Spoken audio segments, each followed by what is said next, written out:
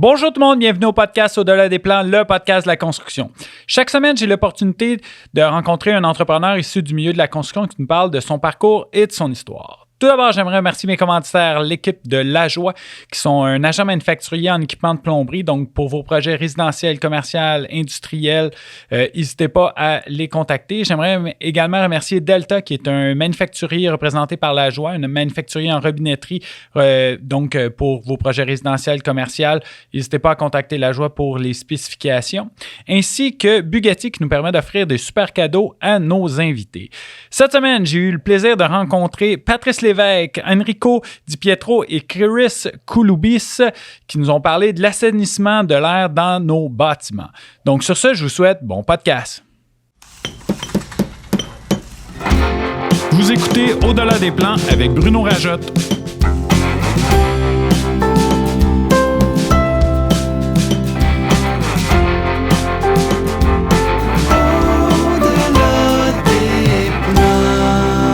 Le podcast de la construction. Bonjour messieurs, bienvenue au podcast Au-delà des plans. Merci beaucoup d'être là. Salut. Cool. On va commencer. Je pense que vous avez tous déjà vu un peu le podcast. Fait qu'on commence avec présentation des différents intervenants pour que les gens sachent vous êtes qui, vous faites quoi dans la vie. Qui se lance? Enrico? Je vais y aller. Donc, Enrico Di Pietro, je suis ingénieur en mécanique du bâtiment. T'as quel âge? J'ai 46 ans. Oh my God, t'as l'air tout jeune. Ouais. C'est des petites crèmes la nuit. OK, ouais. J'ai un parcours un petit peu atypique. Là. Dans le fond, j'ai étudié en mécanique du bâtiment. J'ai pas étudié en mécanique du bâtiment dès le début. J'ai fait mon Sciences Po. J'étais allé à l'université en génie mécanique. J'ai pas aimé ça. Fait que pesé sur le piton. À quelle place en génie mécanique? À Polytechnique, la première fois. Fait que j'ai trouvé ça dur, c'était difficile. Ouais. J'étais pas peut-être assez mature. Dès la première session, j'avais des cours autodidactes. Là, j'avais jamais vécu ça. Fait que ça a été dur sur moi. Fait que l'expérience n'a pas été favorable.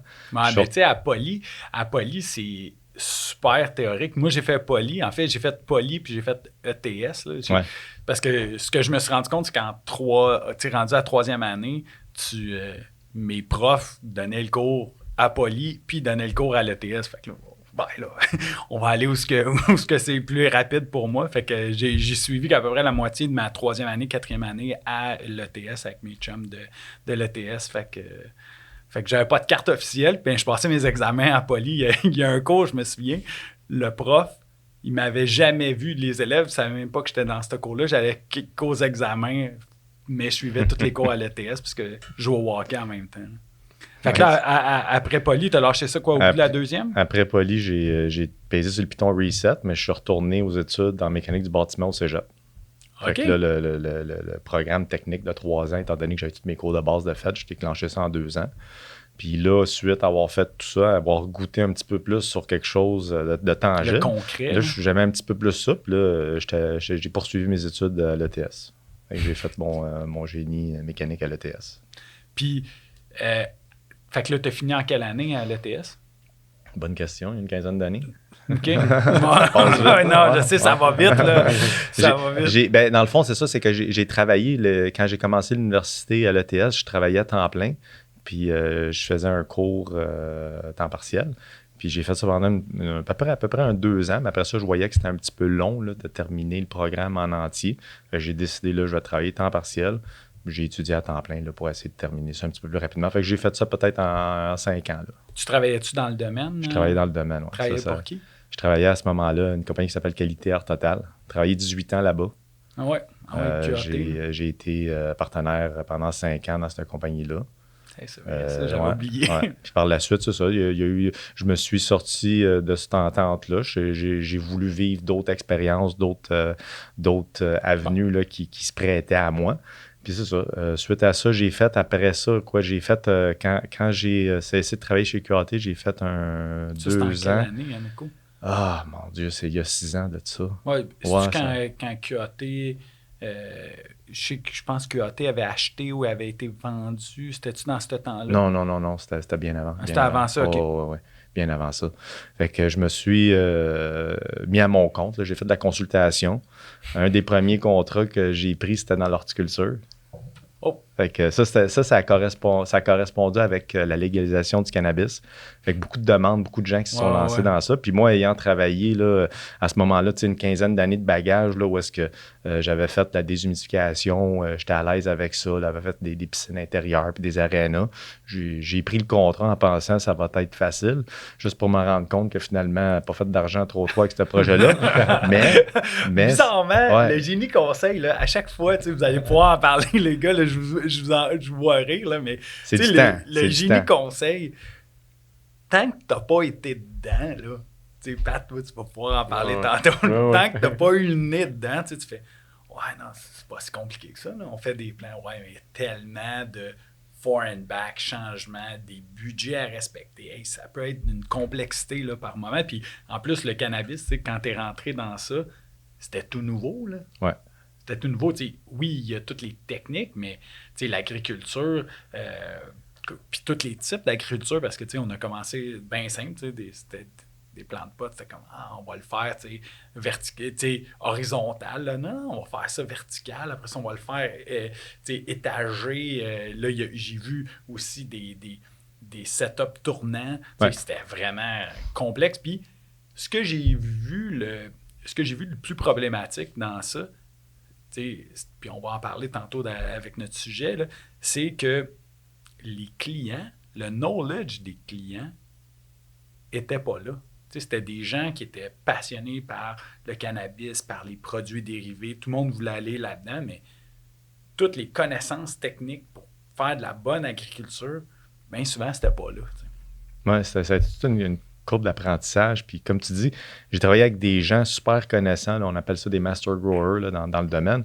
Puis des gens exceptionnels avec lesquels ils m'ont permis d'apprendre un petit peu plus à poser les bonnes questions, comprendre qu'est-ce qui se passe. Parce que c'est pas de la déshumidification comme qu'on fait nous autres d'habitude dans les bâtiments. Puis c'est là que je me suis rendu compte que entre le calcul théorique, les résultats que ça donne, puis après ça vient le temps de dire, OK, ben, on va prescrire telle et telle machine, tel équipement. Mais c'est là que je me suis rendu compte que les équipements, ils n'existent pas. Parce qu'on n'a jamais vu ça, on ne fait pas ça d'habitude dans le bâtiment.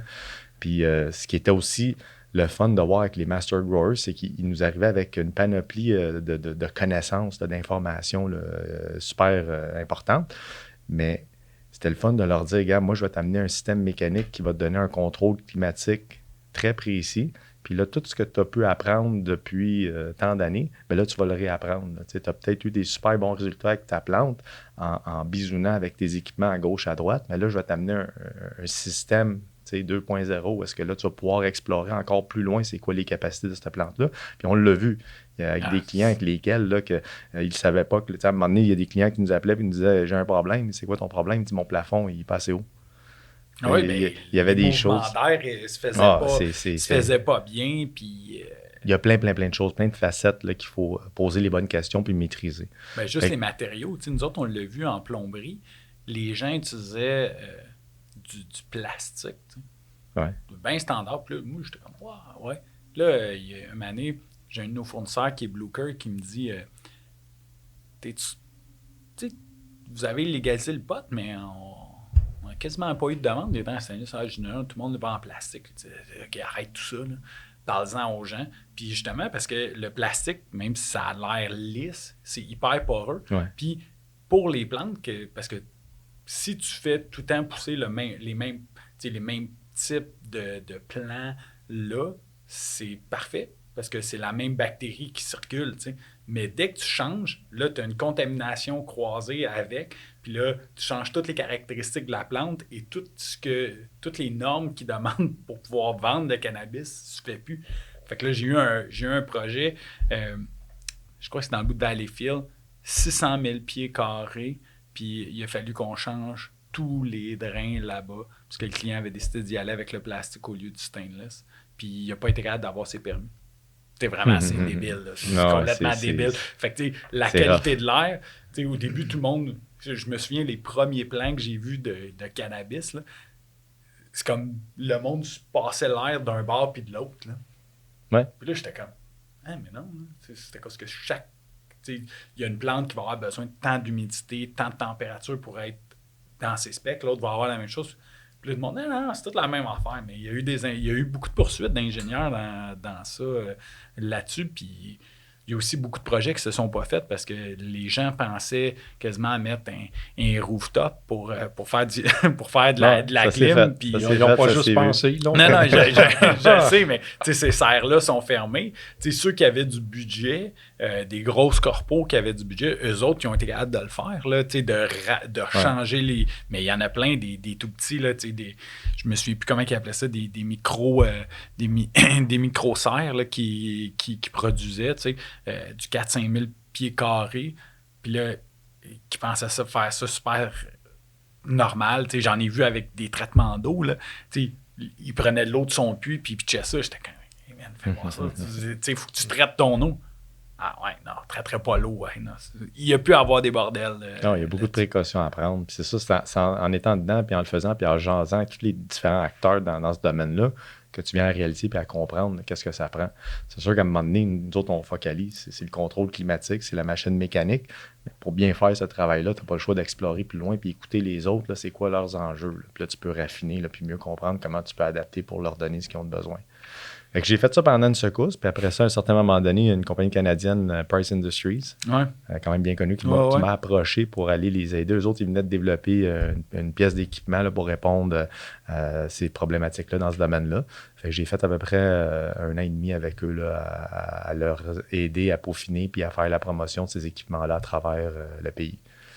Puis ensuite, de fil en aiguille, je me suis ramassé à être partenaire dans une compagnie qui s'appelle le Groupe EOD. Un ancien collègue de travail chez QAT qui avait démarré ça antérieurement. Là. C'est la 6e année d'existence de la compagnie.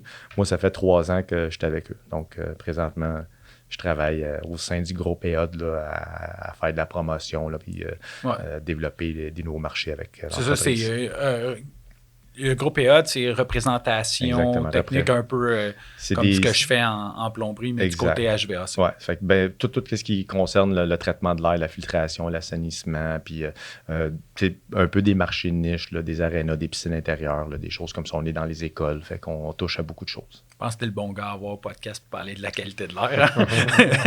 On va s'amuser, je pense. Exact. On a une bonne gang. Ouais. Cool, bienvenue au podcast, Nico. Merci beaucoup d'être là. Patrice Lévesque, je sais que tout le monde me dit « Ah, on connaît Patrice Lévesque », mais il y a plein d'auditeurs, des architectes qui ne te connaissent pas. Fait que je te laisse te présenter en quelques minutes, Pat. Ça va être difficile. C'est pour ça que je le spécifie. Je sais que tu as beaucoup d'expérience, fait que je te laisse aller. Curieusement, je découvre ce matin le cheminement d'Enrico. J'ai eu le même cheminement. J'ai fait Sciences Pures au cégep. Je suis allé à Polytechnique 1 an pour détester ça. Rien comprendre. Et je suis retourné au cégep et comme Enrico, mes cours de base étaient faits. Donc, j'ai fait ça vitesse grand V, un 2e deck en mécanique du bâtiment. Puis par la suite... Mais attends, 2e deck? Oui, j'ai 2 decks. Ouais. En mécanique du bâtiment? J'ai un deck en mécanique du bâtiment puis un deck en Sciences Pures. OK, OK. Et par la suite, quand j'ai eu fini mon deck en mécanique du bâtiment, là, mon père, qui travaillait dans le milieu de la mécanique depuis toujours, il m'a dit, écoute, je vais aller te présenter quelqu'un chez SNC-Lavalin qui est un technologue supérieur. Il dit, si tu veux aller à l'ETS, tu pourrais peut-être pas être ingénieur, mais tu seras technologue supérieur. Fait que je dis, OK, on va aller le voir. Fait qu'on s'en va dans le tour de Lavalin à Montréal, puis des tables à dessin, t'aimerais-tu ça faire des plans? Puis bon, je dis, oui, tu sais, évidemment.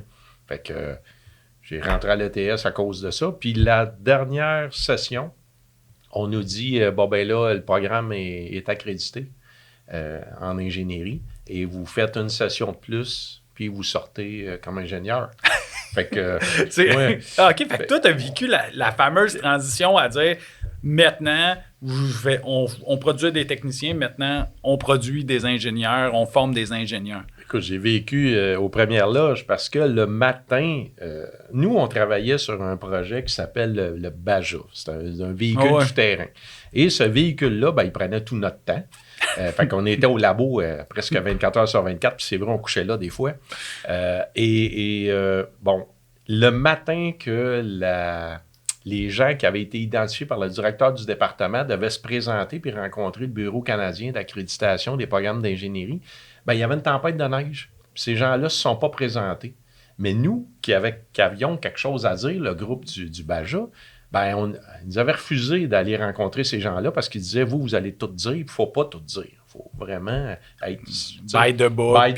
Suivre notre script. Là, ce que l'université voudrait qu'on dise. Et finalement, le directeur du département vient nous chercher parce qu'il n'y a personne pour rencontrer les gens. Et là, c'est nous qui sommes aux premières loges. Pas préparés ou semi-préparés, mais avec donc, on a fait ce qu'on avait à faire. On a fait la job parce que finalement, on était accrédités. Et une phrase célèbre d'un de nos chums, lui, il a dit, écoutez, c'est quoi la principale raison pourquoi vous devriez entrer l'ETS dans l'ordre? C'est parce que quelqu'un qui s'en va, exemple, après ses sciences, à part que de travailler au McDo ou comme vendeur en quelque part, il n'y a pas de débouché. Donc, ils sont obligés d'aller à l'université. Ouais, Nous autres, en technique, mécanique du bâtiment, peu importe en avionique, peu importe quelle technique, toi, tu peux aller travailler immédiatement. Donc, c'est par choix que tu viens à l'université.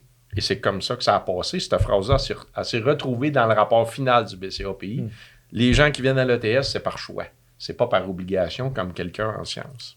C'est vrai, vu de même, j'avais jamais eu cet exposé-là, mais effectivement, quand c'est un choix, c'est comme, parce que nous autres, exactement, comme techniciens, on pourrait aller, il y avait... Surtout aujourd'hui. Aujourd'hui, c'est la folie, là, mais les gens qui vont là, un moment donné, je me suis dit, ils vont peut-être limiter l'ETS, le nombre de techniciens qui peuvent rentrer parce qu'on en manque. Là.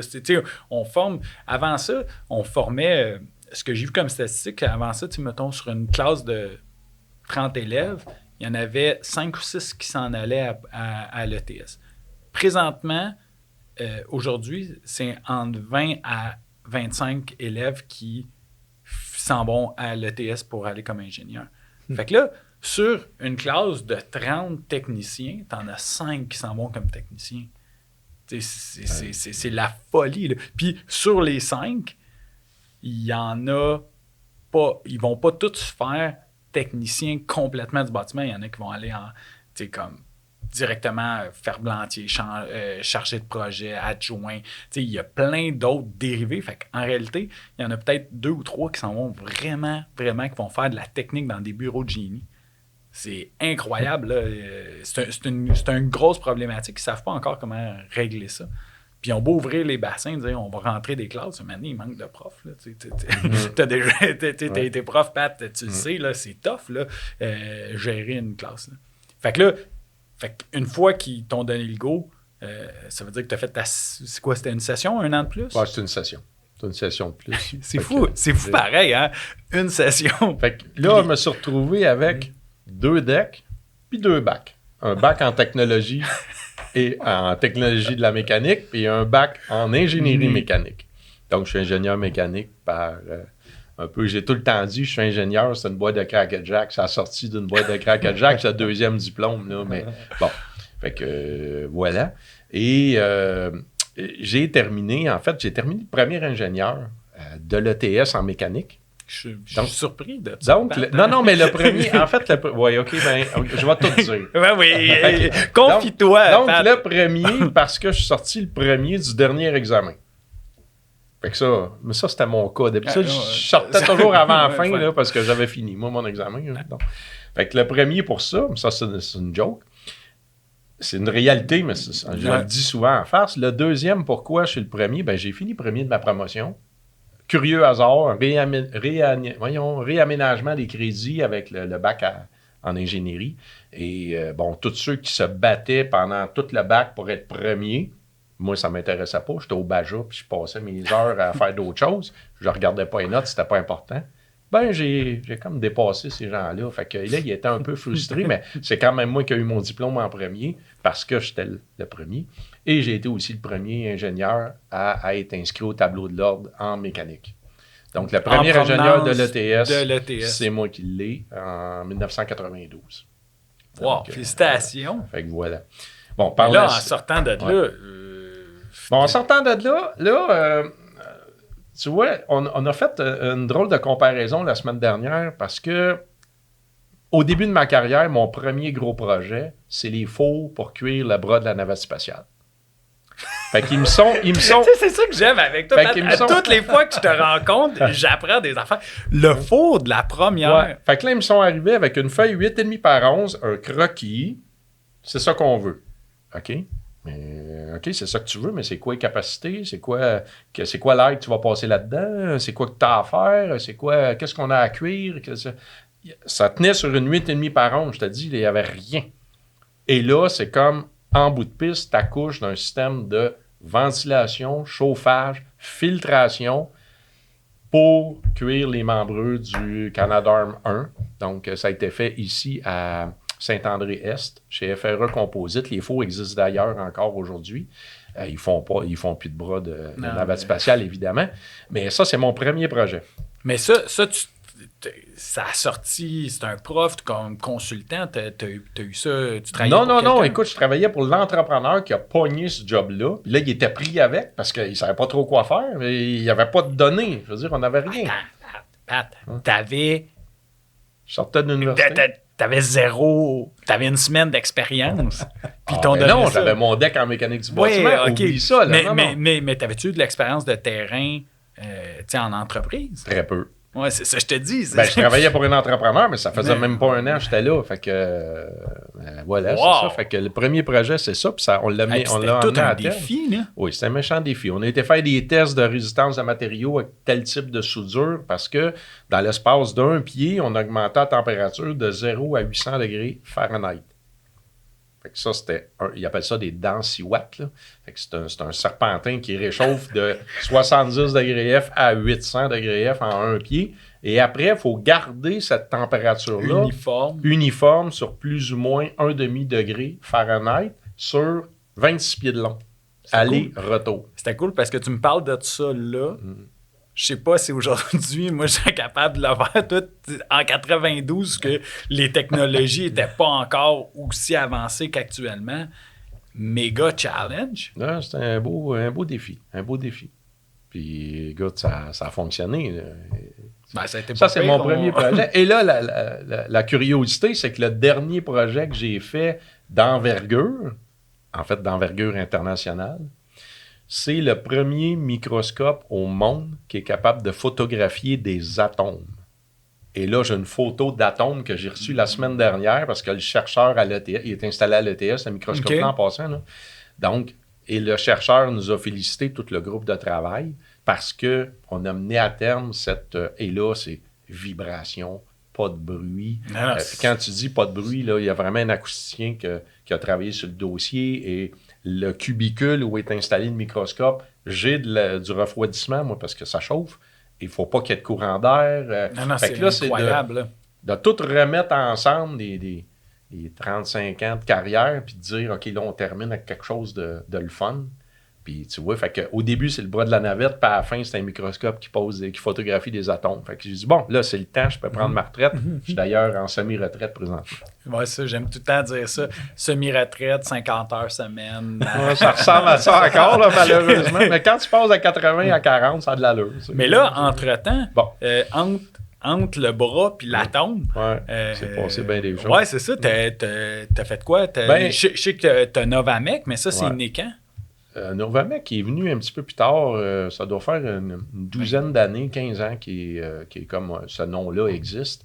Avant, en fait, j'ai commencé mon génie conseil en 1992 et j'ai jamais arrêté. Là. J'ai toujours fait du génie conseil en parallèle avec l'enseignement jusqu'en 2005. Fait que, c'est beaucoup d'ouvrages, là, faire les deux. Fait que j'ai pas vu bien grandir mes enfants. Puis par la suite, j'ai arrêté d'enseigner parce que là, à un moment donné, il y a une limite pour me consacrer. D'ailleurs, je l'ai eu comme professeur. Oui, effectivement, Enrico, c'était mon étudiant. En fait, tout le monde qui est passé à l'ETS, moi, j'ai déjà assisté à tes cours. Évidemment, je me mettais pas dans les premières rangées. J'étais tout le temps dans le fond parce que je voulais pas que tout le monde fasse « Tu fais quoi dans ce cours-là? » Mais j'ai déjà assisté à tes cours en même temps que une couple de gars que tu connais, Alex Cathy. Oui. Écoute, j'ai enseigné à plus de 1000 personnes en date d'aujourd'hui. Là. Fait que c'est ça. Fait que tu vois, j'ai enseigné autant à l'ETS qu'au Collège Onsic en mécanique du bâtiment. Puis à partir de 2005, là, j'ai commencé à engager du monde. Ça a monté déjà jusqu'à 10 employés pour Novamec. Et puis là, aujourd'hui, j'ai plus d'employés. Qui est une firme spécialisée vous faisiez du design, puis aussi du légal quand il y avait des problématiques. Est-ce que c'est né sur le légal ou c'est né sur du design? Non, c'est né sur le design que, en fait, nous, là, c'est emmène-nous un projet que personne ne veut faire, puis nous, on va te le faire. Non, mais c'est tout le temps ça. C'est ça que j'aime avec toi, Pat. Tu sais, tu vises, simple, relax. Non, mais tout ce qui est compliqué, c'est ça. Je comprends les plus gros bureaux de génie à pas vouloir s'embarquer sur une bébelle qui n'existe pas. Hein? Et on avait d'ailleurs apporté un appel d'offres à l'ETS il y a une dizaine d'années. Là. Pendant 5 ans, on a été le seul bureau à être autorisé à faire des nouveaux laboratoires à l'ETS. Fait que ça, c'est Novamec. Et pendant 5 ans, on recevait de la documentation des chercheurs. Et souvent, cette documentation-là n'était même pas dans le même alphabet qu'on connaît. Je ne parle même pas de la langue. Là. Je te parle d'un alphabet. Tu reçois un document, puis c'est quoi ça? C'est en chinois, c'est en arabe. Oui, parce que c'est plein de chercheurs à travers le monde. Oui, qui achètent des machines un peu partout. Mais là, il faut les faire fonctionner, ces machines-là. Là. Fait que là, c'est quoi que ça prend comme qualité d'eau, qualité d'air? C'est quoi? Faut-il les refroidir? Faut-il les chauffer? Qu'est-ce qu'il faut faire comme mécanique du bâtiment? Ça prend-tu des gaz? Qu'est-ce que ça prend, là? Fait qu'on était là, puis on avait un ingénieur chimiste à ce moment-là au bureau. Fait que c'était d'une grosse utilité, là, parce que, écoute, c'est des laboratoires, là, on veut pas que ça saute, là. Fait que voilà, ça, c'est... Fait que c'est un peu... puis là, quand tu fais des choses un peu spéciales, ton nom, il pop un peu partout. Puis, tu sais, des premières mondiales, on en a eu, je ne sais pas combien, là, c'est l'enfer. Je dis parce qu'on faisait des choses que personne ne voulait faire. C'est ça. C'est tout ce qui n'existait pas. Je sais que tu as été impliqué sur plein de projets, mais c'est sûr que, tu sais, juste la complexité, on va en parler tantôt de la qualité de l'air, l'assainissement de l'air, des nouvelles technologies. Il y a beaucoup de gens, qu'eux autres, arriver avec des nouvelles technologies, c'est prendre des risques inutiles. Puis il faut que tu sois ferré. Il faut que tu sois sûr. Quand tu arrives avec quelque chose que personne n'a jamais essayé, là, c'est comme méga risque. Quand tu es sûr de toi, tu connais puis tu analyses bien les machines, OK, oui, c'est possible. Quand tu connais la théorie, d'habitude, là, exact. Il n'y a pas trop de problèmes. C'est là qu'il y a plein de gens qui ne veulent pas prendre. Tu en as parlé ces risques-là. Là, il y a plein de génie conseils qui ne veulent pas aller là, mais c'est sûr que moi, je me souviens, la première fois que j'ai entendu parler de toi pour du design, c'était comme ouais, c'est ça, fait que ça, personne ne sait comment le faire.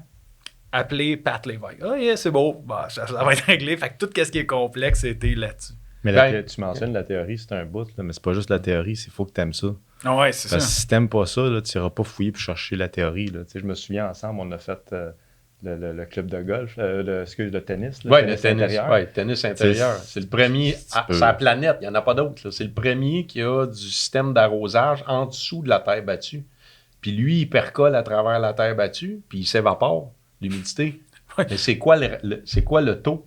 Le taux de percolation? On n'a rien. On n'a aucun... Il y a des formules qui existent. On a réussi à trouver 2 formules qui viennent de 2 sources différentes, qui ne prennent pas les mêmes paramètres, puis tu arrives à un certain débit d'évaporation. Mais moi, là, chez nous, ça a toujours été 3 sources différentes. 3 sources qui ne disent pas la même chose, 3 sources qui ne se copient pas pour arriver à faire un projet qui marche. C'est peut-être pour ça que mes affaires marchent. Ça me prend 3 sources différentes. OK? Et là, la 3e, ça a été quoi? J'avais une table à peu près grande comme ça dans mon sous-sol. J'ai mis 6 bacs avec exactement en composition, avec de l'eau en dessous qui percole. Et à chaque matin puis à chaque soir, je prenais au 10e de degré près. Puis la même chose pour l'humidité. Je voulais savoir où on en était pour savoir combien qui s'en était évaporé. Fait que j'ai fait ça pendant 2 semaines pour arriver au même maudit chiffre que mes 2 formules. Fait que on a fait le projet, ça a marché du premier coup, puis c'est Enrico qui a fait avec ses fournisseurs, qui a fait le design de la machine. Puis, ça prend des guts parce que si je me souviens bien, là, les chiffres là, qui couraient à un entrepreneur qui s'était mêlé au dossier proposait un enclim à 25 tonnes. Puis les calculs à pattes, ça disait non, ça prend un équipement mécanique de 100 tonnes. Fait qu'il y a quand même eu un client qui a fait confiance puis qui a eu les gosses de Oh dire my, c'est là qu'on s'en va. Hey, mais là, ça, tu sais. ça aurait pu être Un fiasco. Oui, mais je ouais. vais dire les vrais termes, là, Ben un fiasco Ouais. financier et technique, là, parce que, tu sais, moi, je dis tout le temps, tu sais, on va être aussi bon que le plus faible maillon du groupe, tu sais, puis ça, tu sais, l'entrepreneur qui fait « Ouais, non, moi, je vais te faire un job pour 25 tonnes. Hey, » attends, man, là, on peut se planter, puis, tu sais, on en parlait, les projets de cannabis, ça a été une partie de ça, là. Il y avait quelqu'un qui levait la main. Moi, je vais te le faire moins cher, mais tu sais, moins cher, là, tu sais, c'est plate, là, dans la vie, là. Tu sais, il y a des ratios de combien ça coûte la tonne de clim, puis tu peux être un peu plus, un petit peu moins, mais tu peux pas être du simple au double, là. Tu sais, c'est comme... C'est plus la même job. C'est pas ça, là, tu sais. Fait que c'est pour ça, mais... C'est assez incroyable, là, ce projet-là. Là. Puis en plus, tu as créé ton propre lab. Ça, j'aime avec toi, c'est tout en simple. Je te l'ai dit, Pat. Toi, tu fais, je suis pas assez sûr, je me crée un lab. Ben oui, il n'y a pas le choix. Ben, il faut que ça marche à la fin. Il faut que tu sois sûr. Le client, il paye une machine 250, 300 000, puis ça marche pas. Tu fais quoi? Non, faut que ça marche. Tu sais ce qu'ils font, ils appellent Novamec après. Puis tu peux-tu me régler la situation? Là? Et là, ben, de fil en aiguille, ben, un premier projet d'expertise, un deuxième projet, un troisième projet. Puis là, ça se règle hors cours. Les experts de la partie adverse, ben, OK, on peut rien faire contre ce rapport-là. Bon. Fait que j'ai pas été tant de fois que ça à la cour. Mais il y a beaucoup des dossiers qui sont réglés hors cours. Et là, ça se parle. Donc là, tout de suite, quand tu finis une cause puis tu gagnes, mettons, hors cours, mais là, la partie adverse, ils veulent t'avoir dans un prochain dossier. Fait que, il était contre toi, il défaisait ton expertise, ben puis après ça, il te ramène à la cour en disant c'est le meilleur de la gang. Et là, depuis, je te dirais, entre 12 et 15 ans, là, on a à peu près 80 dossiers d'expertise de réaliser. Fait que c'est des dossiers qui prennent plusieurs mois. Là. Je veux dire, tu peux pas arriver et faire une expertise qui se tient hors de tout doute. Parce que moi, c'est sûr, j'écris de quoi, je suis sûr à 100%. Là. Donc, sinon, tu vas faire un lab pour le prouver. et là, c'est drôle parce que récemment, l'avocat, il me dit Hey, t'as l'air d'être connu chez un gros bureau d'avocat. Je dis Ouais, pourquoi? Fait qu'il me dit c'est parce que Maître un tel. Ouais, OK, mais j'ai déjà travaillé avec lui. Il dit Quand j'ai dit c'était toi notre expert, j'ai vu la mâchoire tomber. Il dit Oups, il dit, je pense qu'on a déjà gagné. Faut pas vendre la peau de l'ours avant de l'avoir tué, mais oui, ça se pourrait qu'on a des bonnes chances. Fait que voilà, mais tout ça décide. Tu sais, c'est la cour, là, j'ai eu une expérience, j'ai perdu, on a perdu une cause qu'on aurait dû gagner. Il y avait 6 experts qui disaient l'inverse de moi, puis j'étais tout seul à dire cette version-là. Puis je pense que le juge, j'ai peut-être moins bien jugé de sa compréhension. Fait qu'il il a acheté du côté des 6 experts. C'est un peu normal, mais ce qui est plate, c'est qu'on a perdu, puis on n'aurait pas dû perdre. Mais c'est ça. La cour, tu le sais, quand tu rentres là, c'est un coup de dé. C'est un individu, hein? C'est un individu qui prend une décision sur sa compréhension. Tantôt, tu en as parlé, l'enseignement. Quand tu enseignes quelque chose, il y en a 28 sur 30 qui vont comprendre. Les autres, c'est clair. Il y en a 2. Pas clair. Fait que là, c'est comment que tu vas aller chercher là-dedans. Puis c'est peut-être ce côté-là de l'enseignement qui t'a sûrement aidé au niveau de Novamec là, à bien verbaliser, bien vulgariser chacun des concepts pour que ça soit clair pour quelqu'un qui n'est pas un érudit du HVAC qui comprenne super bien. On essaie, mais écoute, l'humain étant ce qu'il est, tout le monde ne comprend pas de la même façon. Puis, tu sais, à la cour, on n'a pas... Des fois, je me fais amener un tableau, là, parce qu'à un moment donné, il faut faire un dessin, il faut que le juge comprenne. Fait qu'il m'emmène un whiteboard, puis let's go, là, je dessine. Puis là, tu vois les yeux du juge qui s'ouvrent. Ah, OK, là, j'ai fait ce que je devais faire. Là. Ouais, c'est ça. Le pocket dans le net, là. Ouais. Mais c'est pas toujours comme ça. Ben, Pat, bienvenue au podcast. Dernier intervenant, Chris. J'ai pas trop envie de parler après Pat. En fait, tu sais quoi? Chris, j'ai failli faire... On va passer Chris, on va partir avec Pat, mais... T'aurais dû. Hey Chris, laisse-moi juste 2 petites secondes, je viens d'avoir que le timer, il est pas allumé, je vais juste partir, mais tu peux te présenter. C'est bon. Vas-y. Oui, donc, Chris Kouloubis, moi j'ai fait mes études... Enrico puis Pat ont fait ça vite, puis ont fait beaucoup de choses. Moi j'ai fait ça lentement. J'ai pris 4 ans de finir mon deck Sciences Peu, parce que j'étais dans une autre place, dans ma tête peut-être. Ensuite, j'ai fait génie du bâtiment à Concordia, donc côté anglophone. Donc, c'est un programme qui fait un peu de tout. C'est pas vraiment la génie du bâtiment. C'est pas génie mécanique, c'est génie du bâtiment. Donc, structure, architecture, électricité. c'est un peu de tout.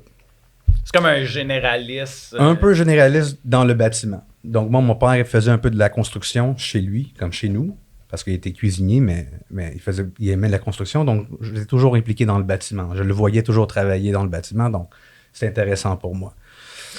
Donc, j'ai fait Concordia. Donc, j'ai fait Dawson, un programme de 2 ans, ça m'a pris 4 ans. Fait Concordia sur 10 ans. Un programme de 4 ans, ça m'a pris 5 ans, mais je travaillais, j'étais impliqué dans d'autres choses, OK? Puis là, j'ai commencé dans le génie conseil. Puis c'était mon père qui m'a trouvé ma première job parce que... Travaillais chez qui?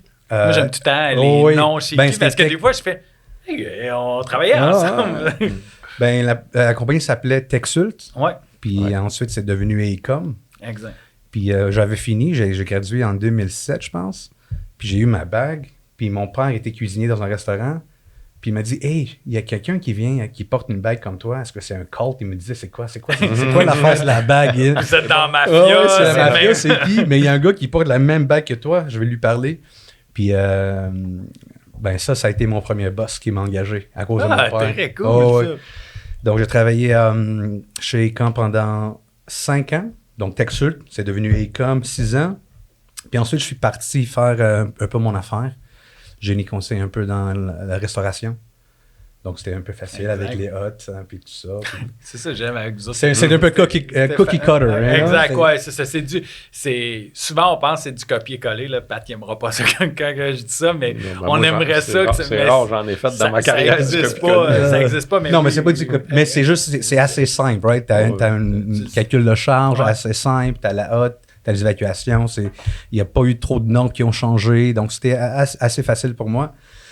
Donc, donc j'étais dans le génie conseil pendant 12 ans à peu près. Puis là, il y a quelqu'un qui est venu me chercher pour faire de la vente. Ouais. Enrico? Oui, donc on a travaillé ensemble chez Price. J'ai resté là pendant 2 ans. Puis là, je suis rendu avec le groupe EA encore une fois. J'aime travailler avec Enrico. Moi, c'est ça. Là, c'est quoi? T'es attaché à Enrico? Je pense que oui. En fait, tout le monde aime Enrico. C'est ça. Dans le milieu, personne qui n'aime pas Enrico. Et après ce podcast, je veux travailler plus avec Patrick, je pense. Exact. Mais Pat s'en va en retraite. De ce que je comprends, tu vas aller à la retraite, mais sa retraite, c'est du 50 heures semaine. Oui, c'est ça. Cool. Ben, bienvenue au podcast. Merci beaucoup. Merci beaucoup à vous trois d'être là. Je suis vraiment super content. C'est comme une réunion de chum. C'est juste qu'il est 10 h le matin. On prend pas de bière, mais c'est la seule différence.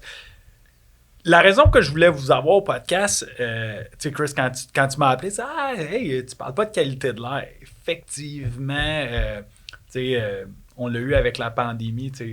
Moi, je travaille en plomberie, fait que là, j'ai eu la vague du plomb, je vous en ai parlé avant, où c'était comme focusé. Il y a quelqu'un qui a sorti un article toutes les écoles, c'est terrible. Il faut de la filtration pour enlever le plomb dans l'eau. On en a vendu des fils, puis on en vend encore. Puis là, pandémie arrive. Là, qualité de l'air. Là, c'était la chose. Pat, je pense que tu as fait une couple d'entrevues, TVA et autres. Il y a eu bien, vous autres, vous avez été occupés là-dessus. Et là, pandémie, j'aime jamais dire terminé. Là. Je pense pas que ça va être terminé avant quelques années, mais beaucoup moins en phase dessus. Et là, c'est comme, il manque de bâtiments parce qu'il y a eu l'exode des gens vers les campagnes, tout ça, plus en banlieue. Fait que là, il manque de bâtiments, puis tout ça. Fait que là, il parle plus de la qualité de l'air, mais tu sais, qualité de l'air dans le bâtiment, excusez-moi le terme, là, mais avant ça, était déficiente, c'était un peu de la merde, dans nos bâtiments actuels. Ça a l'air de quoi la situation? Ça a-tu changé? On a-tu vu des améliorations? Ben, il y a des filtres qui ont été changés. Je pense que- C'est cool, c'était bien Il y a pensé. du monde qui ont, tu sais, ils ont mis assez d'emphase là-dessus, ils ont fait peur. Fait que je pense qu'il y a des filtres qui ont été changés, puis il y a des volets d'air frais qui ont été craqués pour en rentrer un petit peu plus. Là.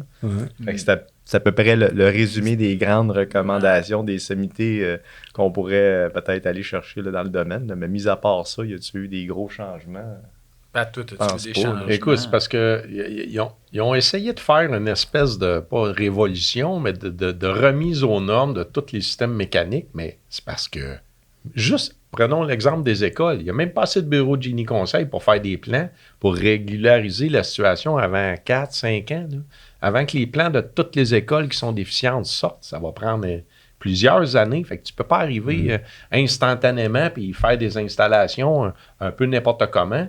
Comme je disais tantôt, là, en conception, c'est important de savoir il est où le problème, puis c'est où tu veux amener. Exact. Puis là, en regardant peut-être juste le niveau de CO2, puis pas d'autre chose, on n'a jamais parlé de l'humidité en passant. Là.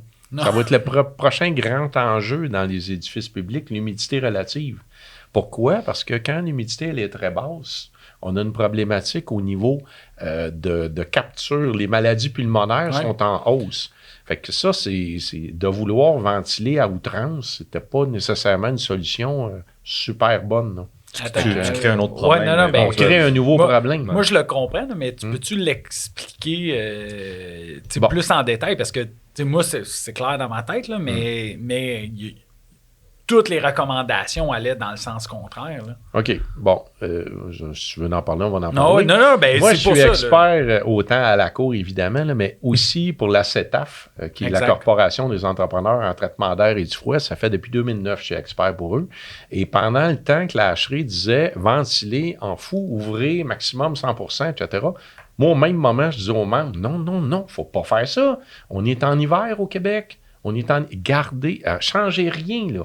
Assurez-vous qu'il y a de l'air neuf, c'est juste ça qu'on veut. Pas de ventilation à 100%. Je veux dire, les systèmes mécaniques ne sont pas capables de le prendre de toute façon. Exact. On va créer des nouveaux problèmes. Et moi, ça fait des années que j'enseigne la théorie du diagramme de Stirling-Schofield, qu'on sait que lorsque l'humidité baisse dans un environnement, les poumons s'ouvrent davantage et, gobent toutes les petites maladies pulmonaires. Fait que c'était pas la solution de ventiler à 100%. Et ça l'a pris presque un an avant que la HRI revienne sur sa position pour parler des pays nordiques, dont le Canada, donc, et dire non, faut pas faire ça. Là. On revient, assurez-vous que vous avez les minimums d'air neuf requis. Fait que ça a pris un an avant que la HRI dise ce que je disais depuis toujours. Là. Fait que, c'est ça, minimum d'air neuf et aussi s'assurer qu'il y a une humidité. Là. Oui, mais nos systèmes mécaniques, les humidificateurs, ça coûte cher à opérer, ça coûte cher à acheter. Fait qu'il y a beaucoup de buildings qui n'en ont pas.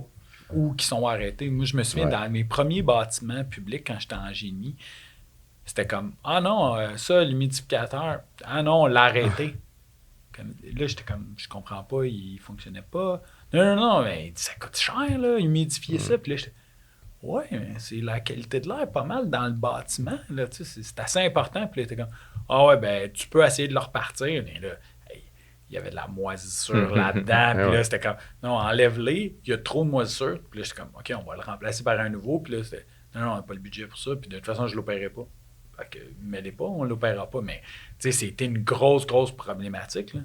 Vous autres, qu'est-ce que vous avez vu, les gars, comme agent de spécification? Avez-vous vu des changements comme ça? Mais moi, c'est plus ce que j'ai vu, ce que j'ai compris, c'est que les gens ne comprennent pas c'est quoi exactement la qualité d'air. Donc, à part des odeurs, moi, je me mets dans le côté du client maintenant. Là, on peut parler puis être technique, mais à part les odeurs ou des poussières, ça peut être quoi? Mais ça peut être plein de choses. Right? Donc, oui, il y a la température, il y a l'humidité, right? Mais il y a toutes les autres particules, les contaminants que il faut traiter. Moi, j'ai vécu quelque chose cette année avec les écoles. Ma femme est prof en école. Ouais. Et qu'est-ce qu'ils ont fait? Ils ont décidé d'installer des capteurs de CO2. Right? Des sondes de CO2. Puis là, qu'est-ce qui se passe? C'est que chaque fois que le CO2 monte, ils ouvrent les fenêtres, puis tu le montres à froid. puis on ferme, puis c'est la panique, puis c'est la hystérie, puis on peut rien faire. On peut juste voir une sonde, checker le ppm, puis ouvrir les fenêtres, puis c'est tout. Puis là...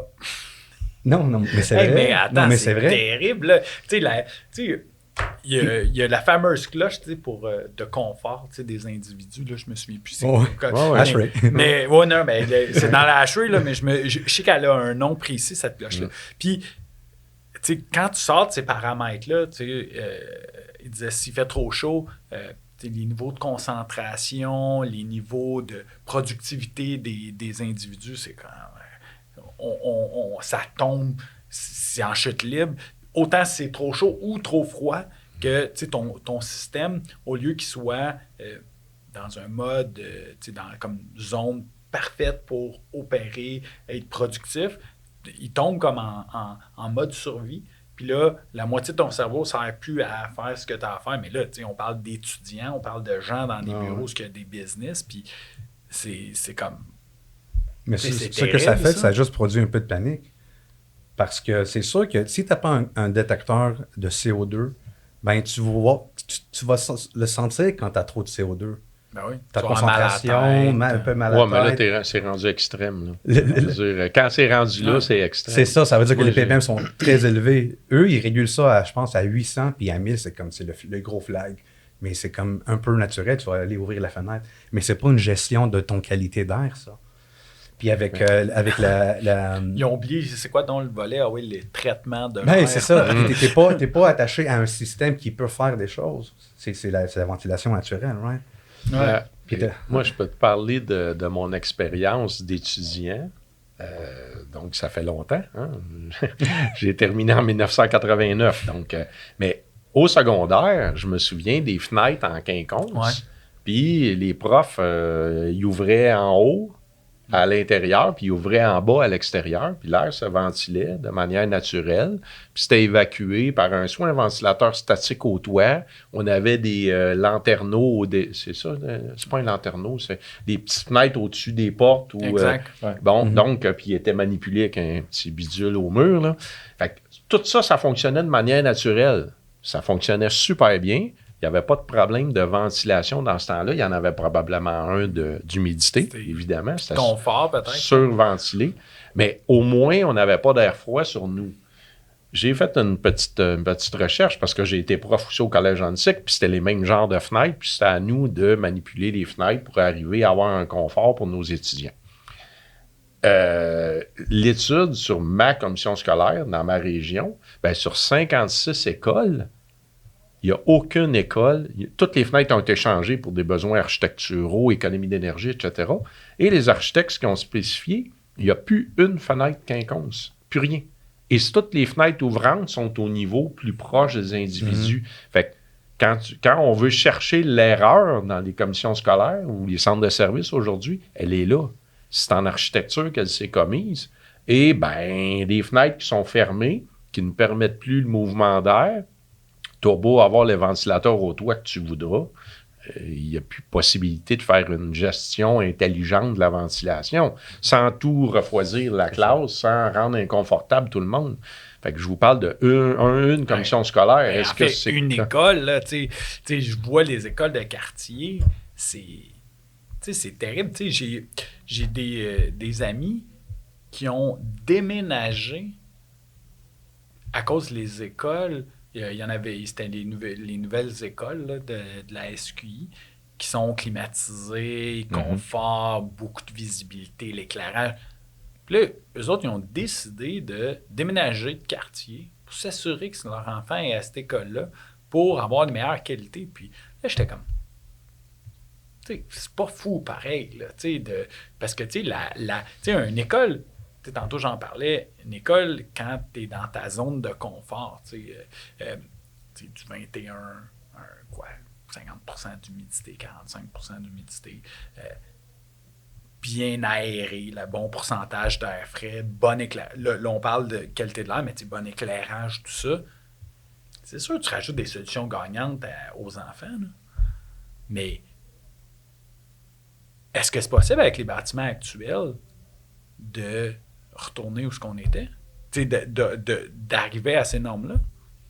Tu sais, t'en as parlé, Pat, des modifications de fenêtres. On fait quoi avec ça? Ben là, c'est ça. Là, ça complique la gestion. Ça complique la gestion de la ventilation parce que ces fenêtres-là apportent un inconfort incroyable pour ceux qui sont proches. Mais il n'y a pas eu de considération quand il y a eu ce changement-là. Il s'est fait sur des décisions, mettons, purement architecturales, économie d'énergie, puis tout. Puis on a fait abstraction de la ventilation naturelle. Tu sais, déjà là, la ventilation naturelle, ça n'existe pas tant là, au Québec. Là. Pour nous, la ventilation naturelle, c'est une fenêtre qui s'ouvre, mais c'est un petit peu plus que ça. Ça fonctionne bien, une fenêtre qui s'ouvre, mais avoir eu cette information-là, ou peut-être une communication plus serrée avec le génie conseil, peut-être qu'il y a eu des recommandations différentes au niveau des fenêtres. Là, les architectes qui me connaissent m'appellent là, ces temps-ci, là, depuis la pandémie, parce qu'ils disent « Pat, ça va-tu aussi bien marcher? » La réponse est à quasi toujours non, parce que ça ne fonctionne pas bien. Et là, j'aimerais parler un petit peu du CO2. Le CO2 qu'on lit dans les classes, on en a parlé tantôt. Ce CO2-là, c'est un bon indicateur de ce qui se passe en classe, c'est parfait. Ça permet aux enseignants de prendre action. Mais encore là, il faudrait que ce soit d'impose parce les étudiants sont proches des fenêtres. Bon, maintenant, moi, j'ai enseigné beaucoup, depuis 1992 que j'enseigne, et je traîne toujours mon appareil, mon lecteur de CO2. Parce que moi, ce qui m'écoeure dans une classe, c'est des étudiants qui dorment. OK? Ouais. Fait que moi, je suis pas capable de sentir ça. Faut qu'il y ait une interaction. Fait que tu veux blâmer ça sur le CO2? Exact. C'est facile. OK, là, c'est pas la matière. Et là, quand je vois systématiquement que dans ce local-là, le monde s'endorme, puis moi, je fais le clown en avant, puis je suis capable de le faire, donc il devrait rester réveillé. Et il s'endormait. Donc, je prenais mon lecteur, je le mettais sur mon bureau, puis je vous le dis, les chiffres, là, 1700, 1800 ppm, c'est là que ça commence à perdre l'attention. Puis quand tu passes 2000, ben là, bon. Maintenant, ça, c'est de l'attention. C'est parfait pour une école, OK? Si on est en bas de ce seuil-là, mais la vraie vérité, c'est que la norme nord-américaine pour le CO2, c'est 5000 ppm pendant 8 heures consécutives dans un bâtiment, sans problématique à ta santé. Oui, mais là, il y a deux affaires, Pat, là-dedans. Il y a la santé des individus, mais après ça, il y a le confort, la concentration, les ondes. Parce que des fois, il y en a qui me disent oui, il n'y a personne qui est mort de ça. Effectivement. Il n'y a pas de poison, il n'y a pas personne, sa santé était affectée. Par contre, est-ce qu'il est au niveau optimal? Non, mais c'est ça. Faut pas qu'on prenne le 5000 comme c'est la norme. Non, fait que là, on va revenir au 1000 du ministre en éducation, puis que tout le monde a l'air à accepter. Là. Le 1000, il provient d'une annexe d'une réglementation qui est dans le Code de construction. Fait que le Code de construction réfère à certaines normes et normalement, les annexes ne sont pas force de loi. C'est toujours comme ça. Fait que les annexes dans le Code de construction ne sont pas force de loi. Les annexes dans la réglementation d'ASHRAE n'est pas force de loi non plus. Par contre, dans cette annexe-là, ça nous dit, si vous voulez être confortable dans un local, ouvrez la porte, rentrez dans le local et ne pas sentir que il manque de ventilation ici. Si vous ne voulez pas ça, mettez 700 ppm, ajustez vos niveaux de CO2 quand vous êtes capable avec vos systèmes mécaniques à 700 ppm de plus qu'à l'extérieur. Fait qu'en région, on a peut-être 200, 250 ppm de CO2, bien plus 700, ça fait 900, 950. Dans le Grand Montréal, surtout dans le centre-ville, on est à 500, 550. De base. De base, dehors. Fait que là, plus 700, on est rendu à 1200, 1250. Fait que le ministre a tranché, il a annoncé le 1000 ppm. Mais il n'a pas tout eu l'explication qui allait avec. Fait que le monde rendu à 1100, 1200, j'entendais à la radio dire des taux effarants de 1200. Mais tout le monde est sûr qu'il meurt. Là. Eh oui. Alors que la norme, c'est 5000. Il faut juste garder ça en tête. Là. Puis encore une fois, le 5000, il faut que tu sois exposé, je me souviens plus la période. 8 heures. C'est 5000 à 8 heures. Là. Pendant 8 heures. C'est une chambre à... Excusez, là, mais c'est quasiment une chambre à gaz, là, cette affaire-là. Puis là, même là, le 8 heures, là, t'auras pas... Tu seras pas bien. Mais tu n'auras pas de séquelles irréversibles. C'est ça. Fait que, mais ça, là, cette norme-là, pourquoi ça n'a pas été expliqué mieux que ça? Ouais, parce que c'est ça. J'ai donné, juste pour finir avec les CO2, Ouais. sous-marin de l'armée américaine, le taux de CO2 d'un sous-marin, c'est 30 000 ppm. Ouais, parce qu'on entend que l'air frais est un petit peu plus loin, là. Oui. Bon, maintenant... Mais attends, répète attends, mon affaire. mais ça, L'être c'est humain, important, l'être humain là. peut vivre. 30 000 ppm, Ouais. puis là, ils sont une travaillent, gang, eux là. autres, là. Ils sont Ouais. une gang, attends un petit peu, ils travaillent avec des équipements ultra précis qui demandent de la concentration, puis là, dernière nouvelle, dans les sous-marins, il y a un peu d'explosifs, là, par moment, là. Fait que là, ils manipulent des explosifs, puis ça réussit à passer, là, tu sais. Fait que... c'est là que, tu sais, que je te disais, le 5000, je suis comme... Mais pourquoi? Tu sais, la question, c'est... Pourquoi ça n'a pas été amené plus précisément? C'est comme... Le monde a pitché, un peu comme quand il est arrivé les taux, tu sais. Quand nous autres, on a vu l'explosion au niveau des ventes, des filtres pour enlever le plomb dans l'eau, c'est suite à un article dans le Journal de Montréal. Là. C'est comme... Il y a eu 4 millions de personnes qui ont lu ça. Incroyable. Toutes les autres, après ça, journaux les ont repris. Puis là, ça a parti un peu similaire à ça. Puis il y a plein d'écoles que je jugeais, moi. Tu sais, une école qui a...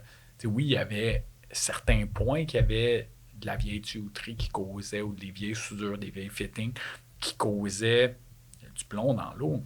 Mais tu sais, il y en avait plein que c'était des niveaux bien convenables parce que dans leur maison, là, je ne sais pas si le monde le savent, là, mais Montréal, ça n'a pas 10 ans. Il y a de la tuyauterie là-dedans, pas jojo, puis tout le monde boit de l'eau là, puis ils se font de la nourriture, là, puis ça passe le test. Là. Fait que, c'est là, pourquoi que le fameux 1000 a fait en sorte qu'il y a eu une tempête médiatique là-dessus? Parce que... Mais ça s'est fait aussi dans le temps de COVID. Hein. C'est Ouais. ça qui est un petit peu nébuleux. Parce que ça commence à être dur à comprendre parce que cette idée-là de la qualité d'air dans les écoles, là, c'est depuis 2012 là, que ça traîne. Puis Santé Canada, il y a bien des études parce qu'avant ça, le seuil de 5000 là, qui était en 2020 octobre là, sont arrivés avec le 1000. C'est que là, le ministère de l'Éducation du Québec, il se rabat sur 1000. Mais quand ils ont fait le mesurage à travers toutes les écoles pour bien paraître, ils ont mis le seuil à 1500. T'sais. À 1500, il y a quelque chose comme 96% des écoles qui étaient correctes. Mais utilisent le seuil de 1000 qui est celui du ministère de l'Éducation.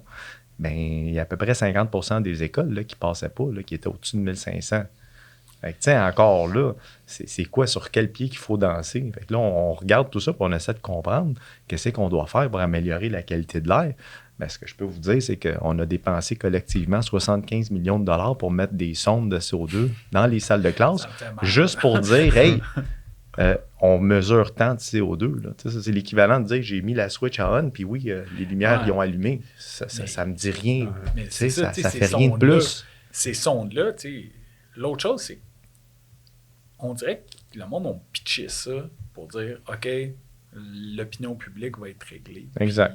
Un peu de ça, je pense. On n'en parlera plus parce que, moi, j'ai vu, c'était des systèmes, aujourd'hui, avec toute la technologie qu'on a, avec les variateurs de fréquence qui nous permet d'y aller proportionnellement, puis d'ouvrir les volets. Là, c'était comme, c'est du on-off. C'est un peu comme tu parlais dans l'école de ta femme, c'est t'ouvres, quand c'est correct, tu refermes. C'est comme, ben non, mais tu vois qu'il y a des occupants, ouvre-les tranquillement, tout ça. Mm-hmm. Fait que ça a été fait un peu cavalière. Oui, rapidement, c'était un mode pandémie. Il fallait faire quelque chose pour peut-être apaiser la population. Puis, souvent, le running gag qu'on se dit dans le domaine, là, c'est probablement que les écoles qui ont eu un taux de CO2 qui était bon, c'est des écoles que probablement que l'enveloppe du bâtiment, c'est une vraie passoire. Là. Ben oui. Ça, ou des vieilles fenêtres genre à guillotine qui sont barrées. Fait que là, tu viens d'identifier un autre problème. Là, ouais, c'est ça. En fait, ceux qui ont mis le doigt dessus, qui étaient beaux, finalement, c'était plus terrible. Les gars, je viens d'avoir l'heure. Ça fait déjà 1 heure. On va prendre une petite pause. Fait que je veux juste prendre 2 secondes pour remercier tout le monde pour le podcast. Fait que j'aimerais remercier premièrement Studio SF de nous avoir accueillis. Merci Nick à la console. J'aimerais remercier Nick, Fred, Pierre pour l'opportunité de nous donner de faire le podcast. C'est très, très cool, les gars. Merci Antonella, Mylène, Diane pour la promotion du podcast. Merci à Bugatti Delta pour la commandite du podcast. Puis, merci à vous autres, les gars. On va se revoir, nous autres, dans 5 minutes pour la poursuite de l'épisode. Mais pour les auditeurs, on se voit la semaine prochaine avec la suite de ce podcast-là. Donc, sur ce, bonne semaine.